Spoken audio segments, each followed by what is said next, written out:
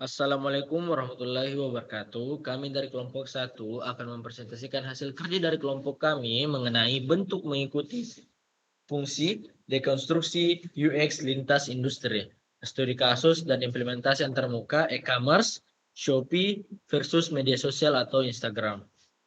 Adapun kelompok kami, yang pertama ada Muhammad Najib dengan NIM 1111, ada Mulyarani Balkis, ada Restu Dirgahayu, dan ada Syakira Putri.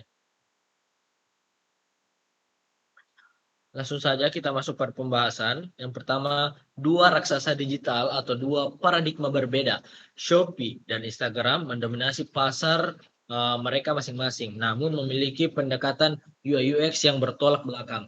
Mengapa aplikasi yang sama-sama sukses ini memiliki aturan antarmuka yang sangat berbeda? Eh, yang pertama, Shopee versus Instagram. Tujuan dari studi kasus ini untuk menganalisis bagaimana prinsip UI UX yang diterapkan secara spesifik berdasarkan tantangan unik dari industri e-commerce dan media sosial. Adapun fokus analisis, yang pertama ada navigasi, konsistensi, performa teknis, dan personalisasi dan fondasi riset.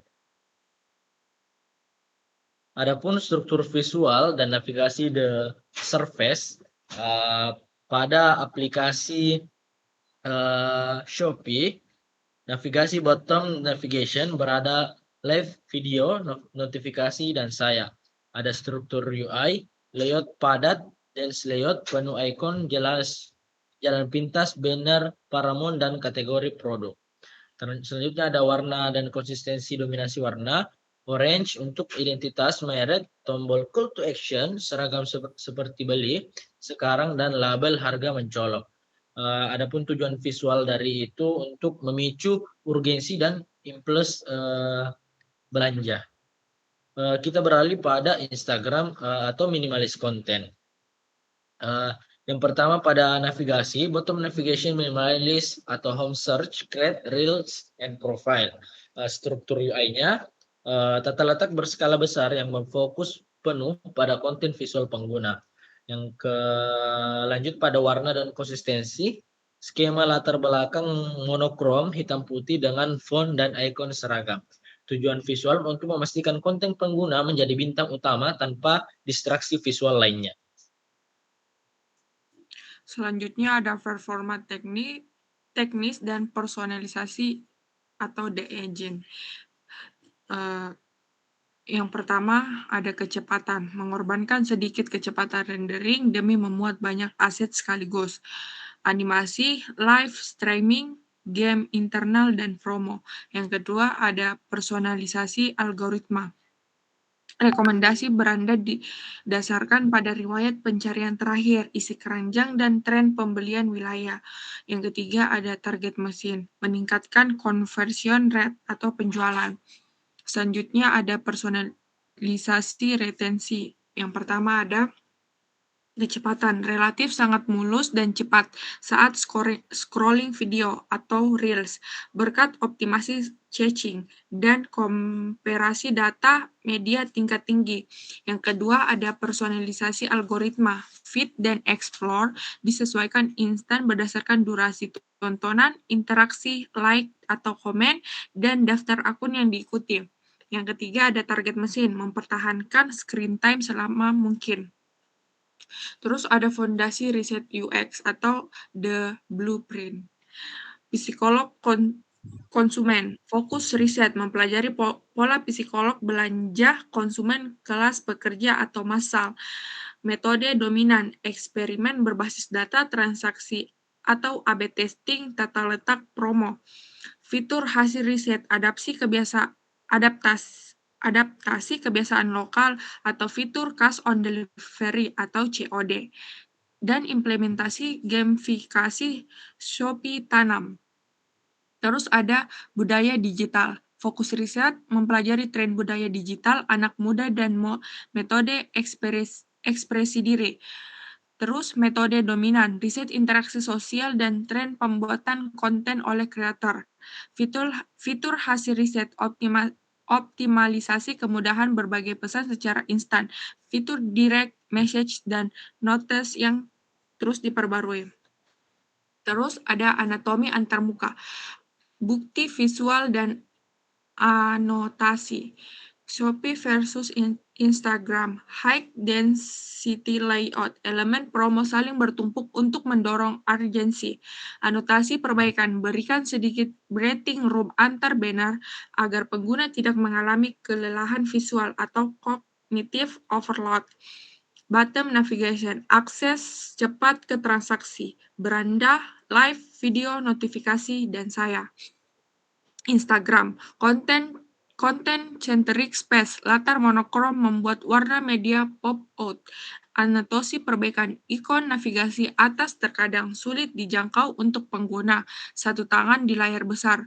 Butuh penyesuaian penempatan area interaktif. Minimalis bottom bar, home, search, create, reels, profile. Fokus murni pada navigasi ruang, bukan transaksi. Baik, selanjutnya konsep mental pengguna, the funnel versus the loop. Mekanisme UI, UX Shopee dirancang sebagai corong berkecepatan tinggi. Alurnya paparan promo awal, kemudian eksplorasi cepat, keranjang belanja, dan konversi checkout. Kesimpulan, desain yang padat berfungsi sebagai pelumas untuk mempercepat laju pengguna dari melihat menjadi membeli. Adapun mekanisme UX Instagram dirancang sebagai siklus tanpa akhir atau infinity loop. Alurnya, konsumsi konten. Yang pertama itu interaksi seperti like atau share dan umpan balik, kemudian algoritma dan rekomendasi baru. Selanjutnya ada kesimpulannya, desain minimalis dan ruang putih berfungsi menghilangkan titik friksi dan siklus konsumsi pengguna tidak pernah terputus. Selanjutnya ada pola UX terbaik, titik temu raksasa industri. Kesamaan 1, berpusat pada data pengguna atau data-driven personalization.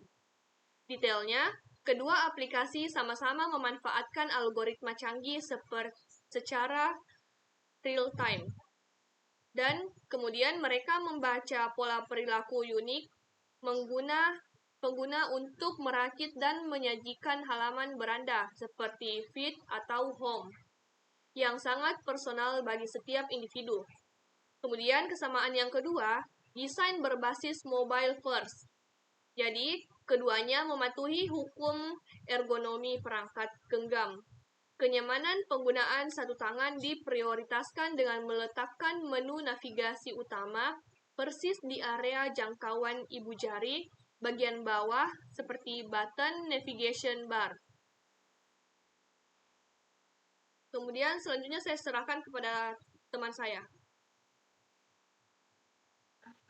Selanjutnya, kesimpulan paradigma pendekatan. Di sini ada action oriented and high density UX. Tujuan utamanya mengarahkan pengguna untuk segera melakukan transaksi ekonomi. Eksekusi visualnya antarmuka secara sengaja dipenuhi dengan informasi diskon, rundown timer, dan tombol beli yang dirancang sangat mencolok untuk memicu tindakan seketika. Selanjutnya ada clean and content-centric UX. Tujuan utamanya menciptakan kenyamanan visual permanen agar pengguna betah berlama-lama, meningkatkan screen time. Eksekusi visualnya antarmuka dibuat sangat bersih dengan ruang putih yang melimpah, secara ketat menghindari elemen visual yang saling bertabrakan atau mengalihkan perhatian dari konten kreator.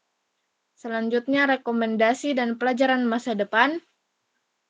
Pertama, UX harus menjawab tujuan bisnis. Desain yang bagus tidak selalu identik dengan minimalis. Untuk produk e-commerce, masal seperti Shopee, desain yang ramai dan penuh promo justru terbukti secara data lebih efektif meningkatkan penjualan dibandingkan desain yang terlalu sepi.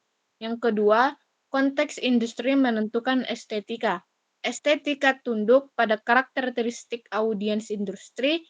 Media sosial secara mutlak menuntut kecepatan loading media dan keindahan visual netral. Sebaliknya, industri e-commerce menuntut kemudahan navigasi transaksi, dan kejelasan informasi harga atau promo di atas segalanya. Terakhir, fungsionalitas melampaui kosmetik. Keberhasilan antarmuka diukur dari seberapa presisi desain tersebut memfasilitasi goal akhir pengguna, baik itu konversi maupun retensi. Terakhir, ruang diskusi terbuka. Dari studi kasus yang telah dianalisis, apa elemen UX tunggal yang menurut Anda paling menentukan keberhasilan aplikasi dalam industri tersebut?